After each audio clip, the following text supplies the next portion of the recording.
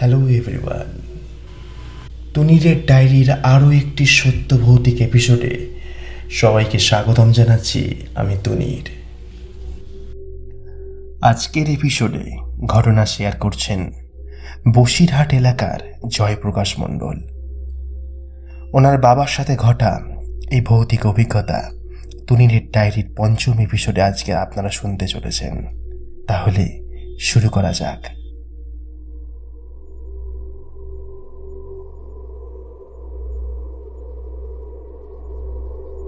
কেমন আছো তুনিদা? আমার নাম জয়প্রকাশ মণ্ডল। আজ তোমাকে আমার বাবার সাথে ঘটা একটি ঘটনা বলবো। প্রথমে বলে রাখি, আমার বাড়ি দক্ষিণ 24 পরগনার বসিরহাট এলাকার হিঙ্গলগঞ্জ গ্রামে। কর্মসূত্রে এখন আমি কলকাতার একটি প্রাইভেট ব্যাংকে কাজ করি। আমাদের গ্রামে যাতায়াতের একটি মুখ্য মাধ্যম হলো নৌকা। ঘটনাটি আমার বাবার সাথে ঘটেছিল। সালটা 2012। আমি সবে মাধ্যমিক দিয়েছি। বাড়িতে মা, বাবা আর ঠাকুমা আছেন। বাবার মাছের ব্যবসা হওয়ায় খুব ভোরে বেরিয়ে যেতেন। মাঝে মধ্যে ফিরতে রাতও হতো। বাবার সঙ্গী বলতে ছোট থেকে যাকে চিনি তিনি ফিরদৌস কাকা। আমাদের মাছের ভেরিতে বাবার সাথে উনি যৌথভাবে মাছ চাষ করতেন।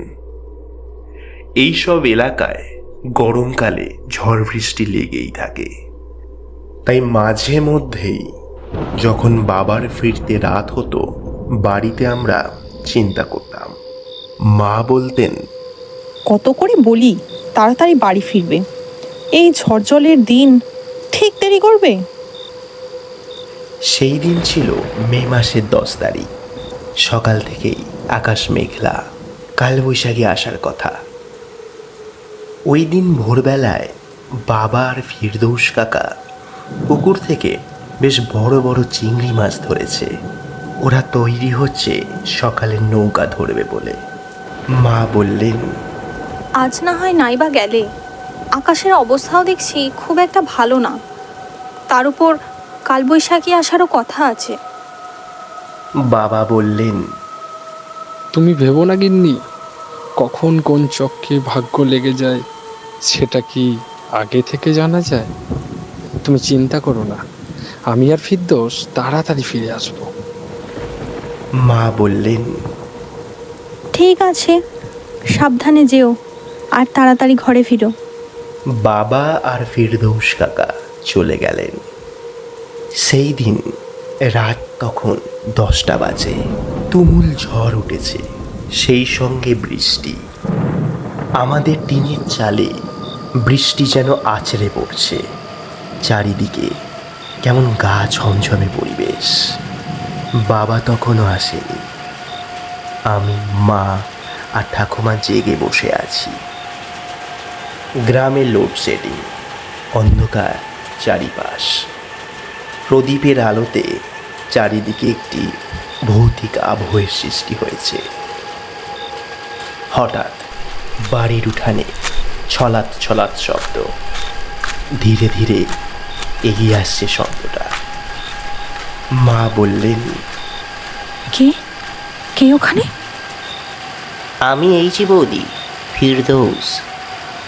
আমি বললাম, বাবা কোথায়? ফিরদৌস কাকা চুপ করে দাঁড়িয়ে। দেখলাম 4-5 জন লোক বাবাকে ধরে নিয়ে আসছে। আমি ছুটে গেলাম।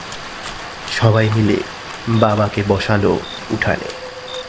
মা জিজ্ঞাসা করলেন, কি কি হয়েছে তোমার? তোমাকে এমন দেখাচ্ছে কেন? তখন বাবা যা বললেন শুনে আমাদের ভয়ে গায়ের রোম খাড়া হয়ে গেছে। এই সুন্দর পৃথিবীতে কত অজানা জিনিস আছে যা আমাদের বিশ্বাসের ভিতকে নাড়িয়ে দেয়। বাবার কথা মতো ঘটনাটি হলো অনেকটা এরকম। বাজারে মাছ বিক্রি করে বাবা আর ফিরদৌস কাকা নদী ঘাটের দিকে যায়। একেই তুমুল হারে বৃষ্টি, তার উপর ঝড়। কোনো নৌকা ঘাটে বাঁধা নেই। মাঝি মোল্লারা সব ঘরে ফিরে গেছে। ফিরদৌস কাকা তার পরিচিত কাশেম মাঝিকে ঘর থেকে ডেকে আনতে চলে যান। ইতিমধ্যে বাবা লক্ষ্য করে ঘাটে জনাদশেক লোক ভিড় করে এসেছে। ওনাদের কোলাহল দেখে বাবা এগিয়ে যায়। গিয়ে দেখেন এই ঝড় বৃষ্টির রাতে ওরা একটা মড়া এনেছে, নদী পেরিয়ে গ্রামে নিয়ে যাবে, নিজের বাড়ির কাছে শ্মশানে দাহ করবে।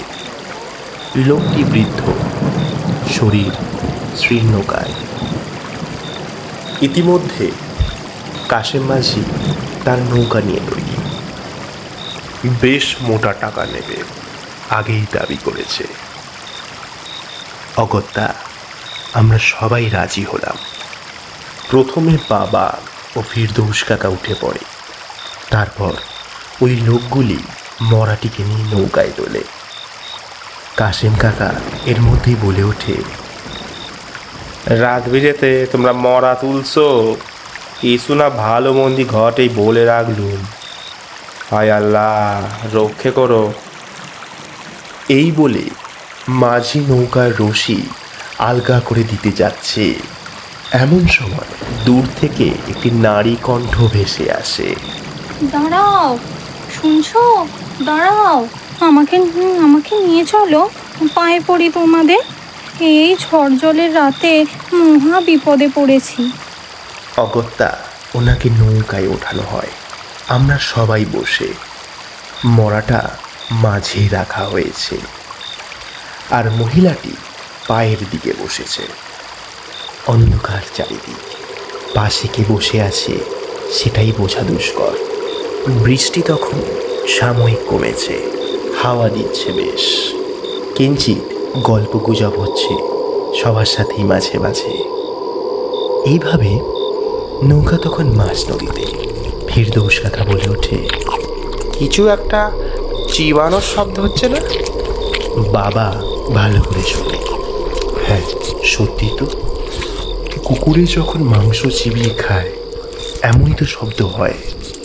কাশেম মাঝি হারিকেনের আলোটি সামনে নিয়ে আসতেই বাবা আঁতকে ওঠে। উনি দেখেন ওই মহিলাটি মরা লোকটির পায়ের আঙুলগুলি চিবিয়ে খাচ্ছে। কি বিভৎস চেহারা, চোখ যেন গনগনে কয়লার মতো লাল, দাঁত যেন ঠিকরে বেরিয়ে আসছে, গোটা মুখে রক্ত ভর্তি। বাবার দিকে তাকিয়ে মহিলাটি চোখে চোখ রেখে, লোভনীয় খাবার সামনে পেলে চোখে যেমন লোভ ফুটে ওঠে, মহিলাটির চোখে তাই প্রকাশ পাচ্ছে। বাকি লোকেরা ওই দৃশ্য দেখে ভয়ে কাঁটা হয়ে গেছে। একজন মুখে কোনো শব্দ করছে না। কাশেম মাঝি বললেন, ওরে ওরে, ও পিশাচিনী, মেয়ের ছদ্মবেশে এসেছে এই নৌকায়। ফিরদৌস কাকা আর কাশেম মাঝি জোরে জোরে আয়াতুল কুরসি পড়া শুরু করেছে। হঠাৎ একটি গগনভেদী হাসি দিয়ে ওই পিশাচিনী মরা দেহটিকে নিয়ে জলে ঝাঁপ দেয়। বাবা তখন প্রায় সংজ্ঞাহীন। কাশেম মাঝি দ্রুত নৌকা বাইতে থাকে। কিছুক্ষণ পর যখন ঘাটে এসে নৌকা ভেড়ে সবাই হাঁপাচ্ছে, ফিরদৌস কাকা লোক ডেকে আনে গ্রাম থেকে। তখন সবাই মিলে বাবাকে ঘরে নিয়ে আসে। মা বললেন, ওগো, কে আছিস? শিগগির শিগগির একটু গঙ্গা জল নিয়ে আয়। আমি কই ছিলাম? আজ যেও না। সকাল থেকেই মনটা বড় কৌ ডাকছিল। যাই হোক, ঠাকুর রক্ষে করেছে তোমাকে। এটাই ছিল আমার বাবার চোখে দেখা একটি ভৌতিক দৃশ্য যা তোমার সাথে শেয়ার করলাম। তোমার শ্রোতাদের পড়ে শুনিও, ভালো লাগলে জানিও।